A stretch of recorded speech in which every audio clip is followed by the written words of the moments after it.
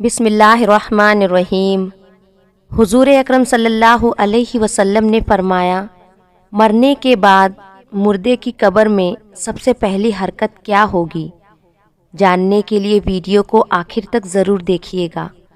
Video शुरू करने से पहले अगर आपने हमारे चैनल को अभी तक सब्सक्राइब नहीं किया तो चैनल को ज़रूर सब्सक्राइब कर दें।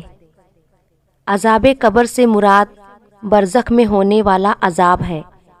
इसे अज़ाब कब्र इसलिए कहा जाता है कि आम तौर पर मैयत को कब्र में ही दफन किया जाता है, वरना जिसे अल्लाह ताला ने अज़ाब देने का इरादा फरमाया है इसे अज़ाब ज़रूर होगा, चाहे वो कब्र में दफन हो या ना हो, ख्वाह इसे दरिंदों ने खा लिया हो या इसे जलाकर इसकी खाक हवा में उड़ा दी गई हो। हज़रत उम्मे सलीमा रज़ियल्लाहु ताला अन्हा अपने शौहर की वफ़ात का वाक़िया इस तरह बयान करती है कि वफ़ात के वक्त मेरे शौहर की आंखें खुली थी जबकि जिस्म हरकत में न था और न ही वो बोल सकते थे। किसी ने रसूलुल्लाह सल्लल्लाहु अलैहि वसल्लम को मेरे शौहर की इस हालत की खबर दी तो आप सल्लल्लाहु अलैहि वसल्लम हमारे घर तशरीफ़ लाए।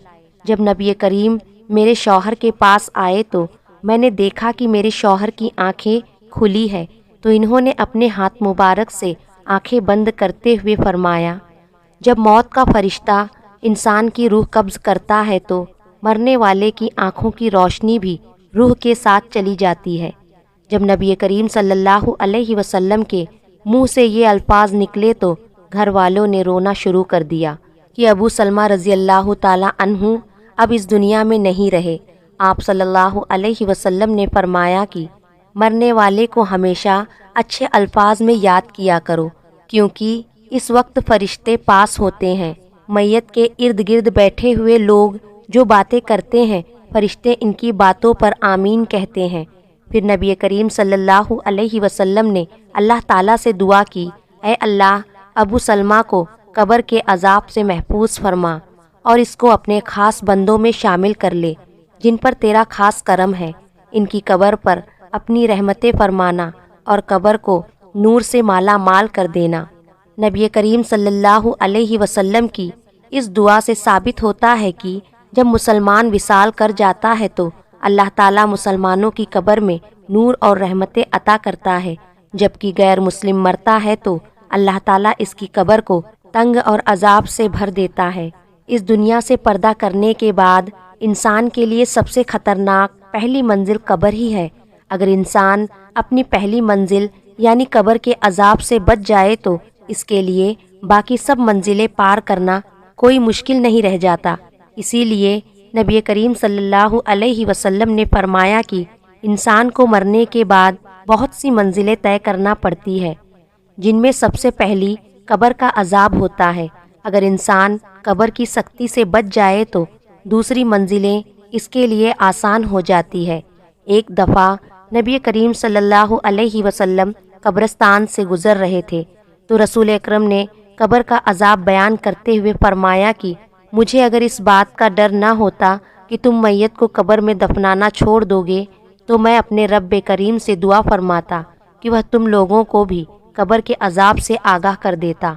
बिल्कुल इसी तरह जिस तरह मैं देख रहा हूँ और सुन रहा हूँ, आप सल्लल्लाहु अलैहि वसल्लम जब सहाबा इकराम को कब्र के अजाब से आगाह करते हैं तो सबके रोंगटे खड़े हो जाते हैं।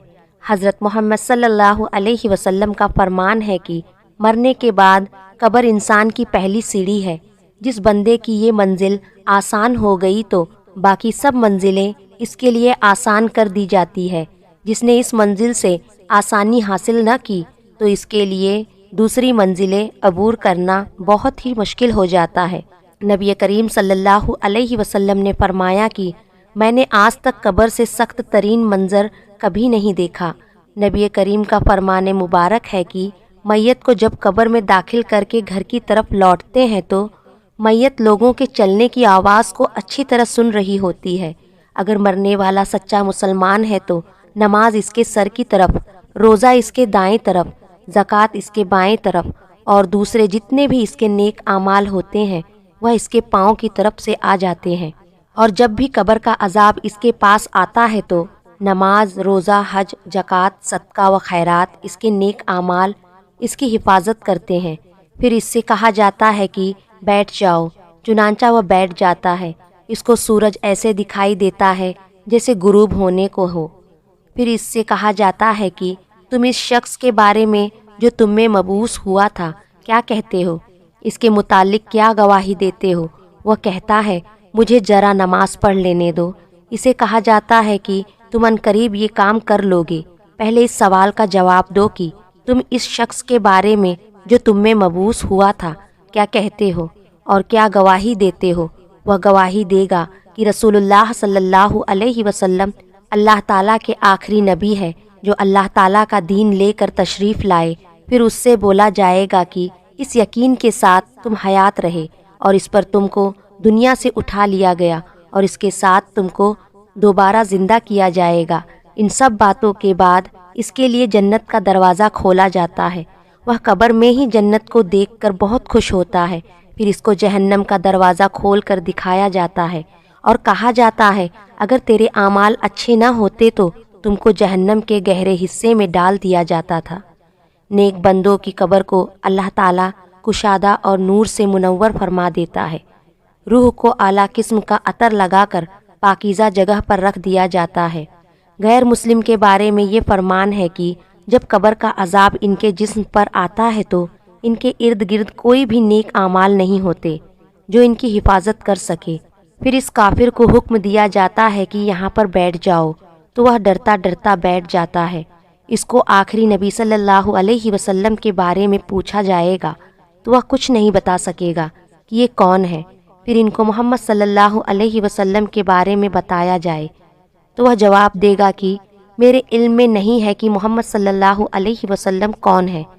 پھر اس کو فرمایا جائے گا کہ تو دنیا میں غیر مسلم تھا، غیر مسلم مرا اور غیر مسلم ہی دوبارہ زندہ ہوگا۔ پھر اس کو جنت کا دروازہ کھول کر دکھایا جاتا ہے اور کہا جاتا ہے کہ اگر تیرے اعمال نیک ہوتے تو تجھ کو ہمیشہ کے لیے جنت میں گھر مل جانا تھا۔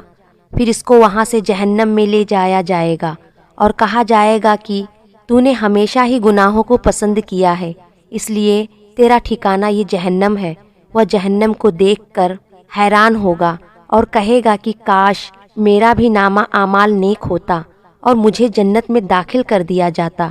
پھر اللہ تعالیٰ اس کافر کی قبر کے چاروں اطراف کو آپس میں ملا دے گا کہ اس کی پسلیاں ریزہ ریزہ ہو جائے گی۔ اللہ تعالیٰ کا فرمان ہے کہ جو بندہ میرے بتائے ہوئے کاموں پر عمل نہیں کرے گا تو میں اس کے لیے قبر کو تنگ کر دوں گا۔